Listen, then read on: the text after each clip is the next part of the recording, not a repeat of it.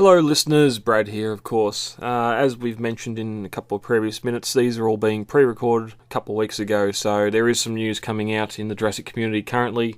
The new trailer, or teaser, for Camp Cretaceous. We've had the box art for the Brachiosaurus and some other news come out recently as well. But as soon as my co-host gets back from his little trip, we'll tackle all that news. And yes, of course, as we've been mentioning previously, David, the Lucky Devil, is over in Northern California in Eureka Redwoods, currently following through on the footsteps of Ian Malcolm, Roland Tembo, and visiting some of the key scenes from The Lost World. We haven't been posting too many up on the Facebook page itself, but if you're in Jurassic Park the group, or if you're in Jurassicpedia's very own Facebook group, Jurassicpedia discussion group, head over there, possibly on Instagram too, but find David, friend him, and check out some of the photos coming out of Eureka. It's fantastic, some of the filming locations he's found over there, apart from the green, from having a better than average rainfall this year, have not changed very little since the filming back in 1996. So head over to the socials, check it out. Once he's back, we're going to get a big folder together, or album together, and post on the group, and we'll discuss his trip. But until then, here's minute 52 of Jurassic Park 3.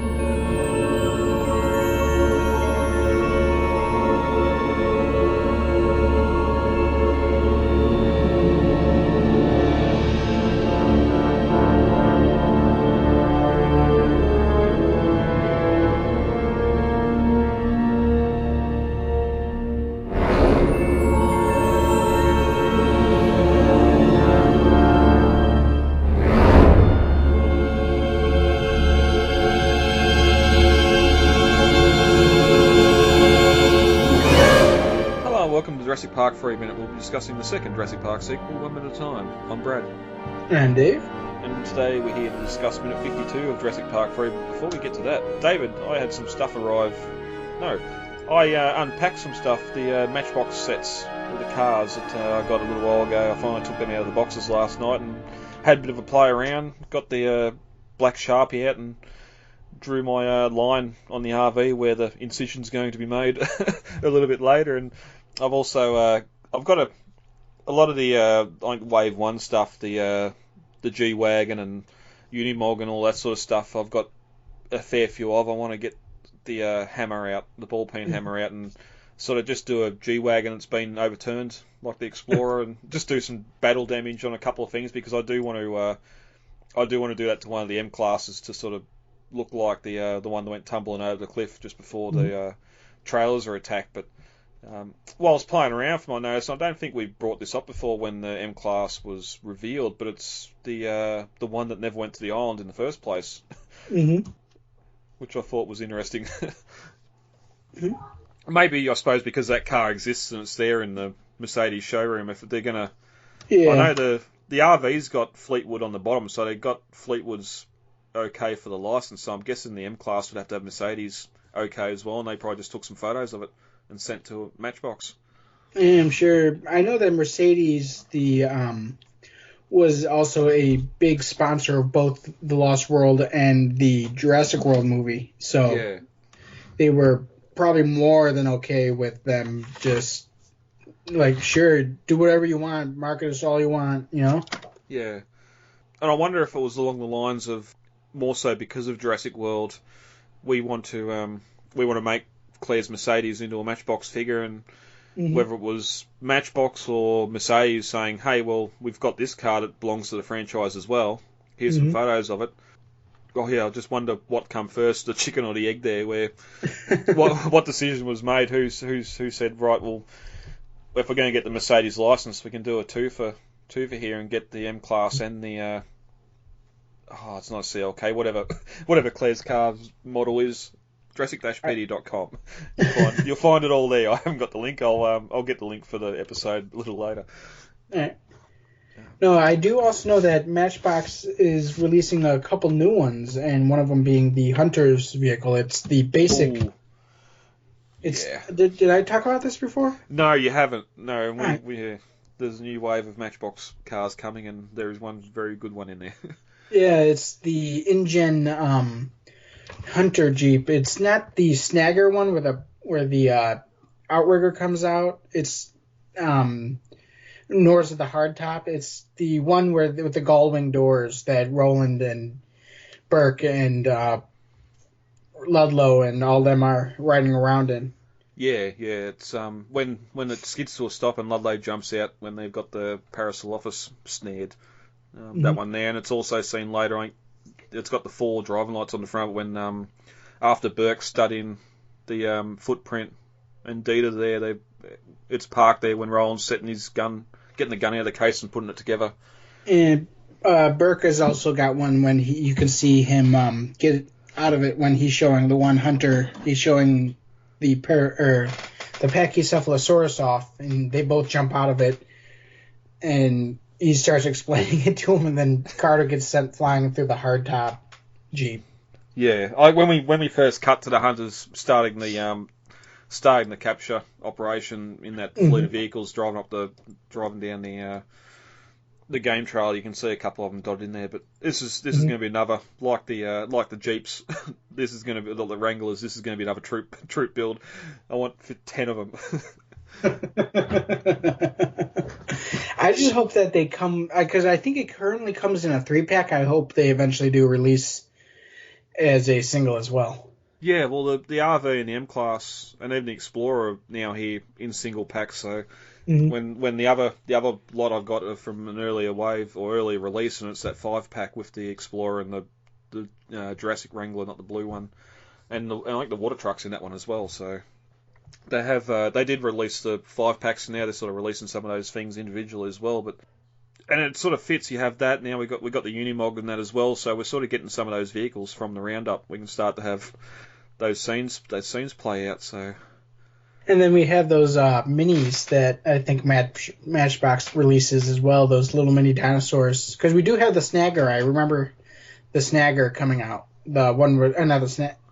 Yeah, the Snagger. The one it's similar. With the blow-up pillows that come with the big arms that come down, right? Yeah, I can't remember what that line's called. It's because you get the Matchbox vehicle and you get a dinosaur to go with it. There's a couple of trucks and the Snagger vehicle there as well.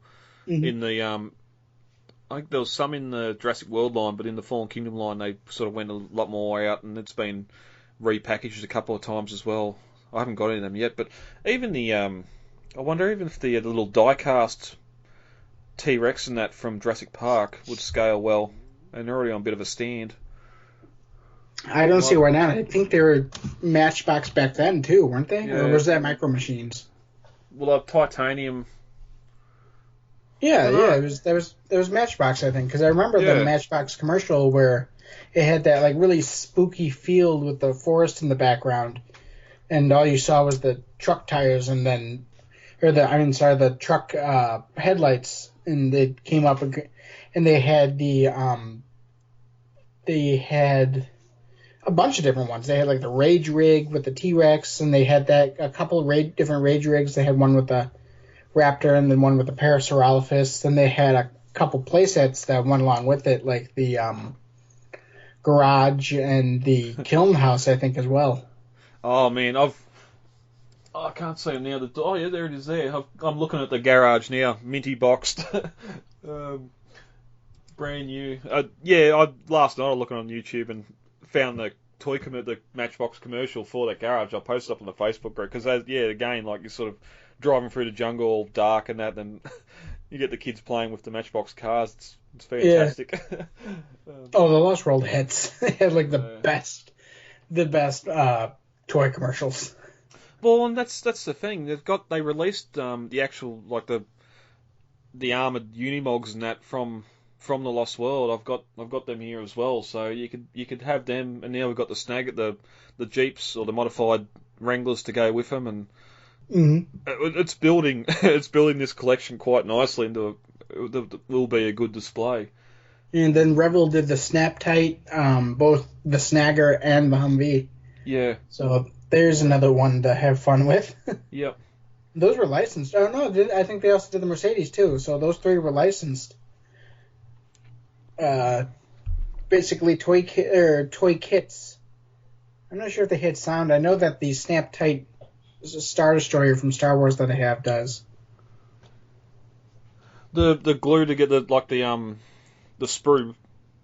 No, they didn't use glue. You just basically snapped them into place, snapped the pieces into place, and it was like easy level kit. That'd be two. Well, there might be two of the toys I actually remember getting for the Lost World were the Snagger and the M class of those clipped together models. And I've still got them here, and I've still got them. They've survived all this time, but even little like this model of the M class with the spare tire on it, you get all that in the Matchbox version as well. And one thing we didn't mention. One of the new Matchbox cars coming out as well is Eddie's Explorer M Class as well. They're bringing that out, so the open back version. So looks like they had dinosaurs as well. I did not realize. Yeah. So yeah, this toy line's not really slowing down on the Matchbox front, at least. Anyway, there's a lot more stuff coming. Hey, you got my bag. Yeah. Like he's strapped. All right, Dave. Ready to get into minute 52. Yep. As we enter minute 51 of Jurassic Park 3, Eric and Grant were walking through the jungle, and Eric had produced a raptor claw and showed it to Grant, asking, "Do you know what this is?" Grant had replied, "Yeah, it's a raptor claw. I used to have one. A fossil." At the 3-second mark, Grant hands the claw back to Eric, and Eric responds, "Yeah, well, mine's new." At the 6-second mark, Grant asks Eric how much of the island has he explored, and Eric replies, "I've stayed pretty close to the compound. I figured if anyone was coming to look for me, that's where they'd start." Grant says we need to get to the coast. That was the plan. And Eric asks, "You sure? The closer you get to water, the bigger things get." At the 31-second mark, Eric stops and says, "Listen, you can hear something." Grant turns alarmed and looks around and says, "What?" And suddenly we can hear that familiar jingle. Eric confirms that it's his dad's satellite phone and starts looking around, trying to determine which direction the sound's coming from. At the 42-second mark, Eric starts running through the jungle, and Grant follows, asking, "How do you know?" Eric says, "Kirby, Paint and Tile Plus, in Westgate," and then, throwing all caution to the wind, starts yelling out for his dad and mum. At the 52-second mark, we cut to Billy, Amanda and Paul, walking through the jungle. And this is where we end minute 52 of Jurassic Park 3. As we ended minute 51, Eric had handed Alan his claw and asked if he knew what it was. Grant said he used to have one, a fossil, and as Alan's checking for danger, Eric says, "Well, mine's new," and snatches it back off him pretty much, not wanting to lose it. And as they continue to walk, Alan asks Eric how much of the island has he explored. Before we sort of leave the raptor claw behind, I know Grant wouldn't ask where did he get it, because he'd probably get the same answer as the P, as sort of discussed in the previous minute, but it does make you wonder. Yeah, it does. As I mentioned in, I think it was like 2 minutes ago, wasn't it? 50? Yeah. Where I said I thought he got it off of a carcass of a raptor. Maybe he came across a dead velociraptor, and it was just like a rotting carcass, and he pulled the toe off as a souvenir. Yeah. And I've got a problem with this prop as well. Like, we've seen Grant's claw in Jurassic Park, how it was real narrow. What you'd want from a claw to be able to tear through flesh on the toe claw. This thing looks really thick. It does, yes. And it's sort of... I know for... I think it was Jurassic World, with the marketing of that, you could buy a raptor claw, which was very similar to this, which was big, bulky, and fat. I think there was a box of them in one of the Today interviews or something, where you got Chris Pratt in the gift shop, and there's a box of them on an end cap there or something. But yeah, it's a claw's a claw. It's bone. It's not as if half of the bone matter or that's been eaten away during fossilization or anything like that. Not exactly, because it's not all bone. It's actually has a large keratin sheath over the bone to protect the bone from. It's like basically rhino horn, like where you get that keratin sheath over the bone to protect the bone. Yep. The only problem I have with this claw is it seems kind of big. Yeah. It looks And more like a finger claw for the Rex or even the Ceratosaurus or something. something like there, even the Spinosaurus, because I have I have a cast of one of the original raptor claws from the first movie, and it's like one of those things, a cast of a cast. That is probably came from the Icons replica. It probably has heritage from the Icons replica that was from the that was cast from the one of the original Stan Winston toe claws, and it's not that big. It's probably 6.5 inches around the curve. This seems large, like way larger than the replica I have from the Stan Winston Studio claws. But even when you compare it to Jurassic Park and Fallen Kingdom, where we get the toe tap scene in both films, just how big they are there. Because even though these raptors are a little bit bigger than what they would normally be, you'd still think it'd be human hand. Maybe a claw's the size of the finger, a little bit bigger than the finger size. And Grant grabs his thing and it's nearly as big as his forearm. I know, that's what I mean. And another thing to remember is the claw that gets stabbed into Udesky was not this big either. No, definitely. So I'm kind of wondering, where the hell did he find a raptor this big? Or maybe Injun cloned some Utah raptors along with their Deinonychus velociraptors. Well, we got some big ones in Trespasser again. Yeah, that's true. But after Alan asked him how much of the island he explored, Eric said he stayed pretty close to the compound. I figured if anyone came looking for me, that's where they'd start, which I don't know if anyone would, unless it's someone coming to the island specifically to go to the lab, i.e. poachers or biosin or anything. I don't know if going to the lab would be the first place. I suppose because it'd be more so the comforts of home, having a roof over your head and that sort of thing. That I could see it as like if you were stranded on the island yourself and looking for any way to for anything like materials or a working phone or anything like that to help you get off the island. Because remember and we presume that Malcolm's book was published post The Lost World, right? Yeah. So he probably would have mentioned that or at least maybe mentioned that he had gotten off the island by using the working telephone system in the worker village, and that may have spurred Eric to possibly hunt for the same. I just, the more and more I sort of look at this scene, just after Grant's asked him how much of the island he explored, I would have just loved a throwaway line. I found a village on the first or second day, but didn't find anything there. Just some sort of reference to something we see in the Lost World. Mm-hmm. As they start to walk further away from the camera, Grant says we have to get to the coast. That was the plan, and then we get the line from Eric, are you sure? The closer we get to water, the bigger things get. So he's already near water in the centre of the island. The lab's next to a river, so. But I think it's meant to be implied that by water he means the coast, because Grant says we need to get to the coast, and then Eric kind of said worriedly says, are you sure? Because the closer we get to that water, the bigger things are going to get. And I'm wondering if he's referring maybe to the Spinosaurus or whatever attacked the boat. You know? I wonder too, with the rocky coast we do have, and we did have that dropped sequence in the Lost World with the Parasaurolophus being in the water and being picked up by the fishing boat.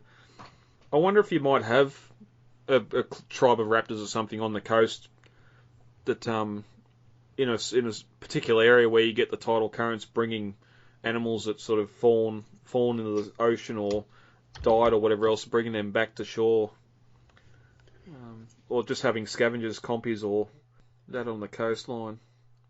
Well, remember that in both the Lost World book and the deleted opening for the Lost World, there was intended that these aberrant forms were washing out to sea from the island and washing up in places they shouldn't be, like the Costa Rican beaches or the South China Sea. Yeah, well, that's there. That's why that got me thinking about it.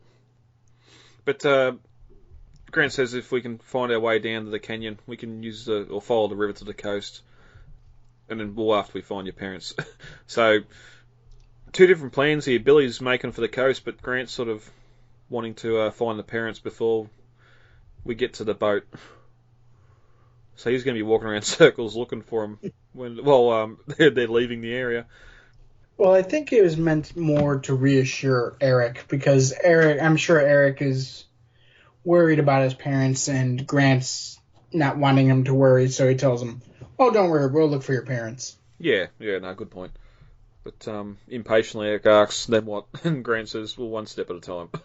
So just settle down. We'll try and see if we can get down to the boat and look for your parents in the meantime, and we'll go from there. But Eric doesn't get the answer from Grant here. He hears something and says, "Listen." And Grant pauses and looks sort of fearful. He's like, "Oh, what, more raptors or something like that." But then we get that sound of the satellite phone ringing quite clearly.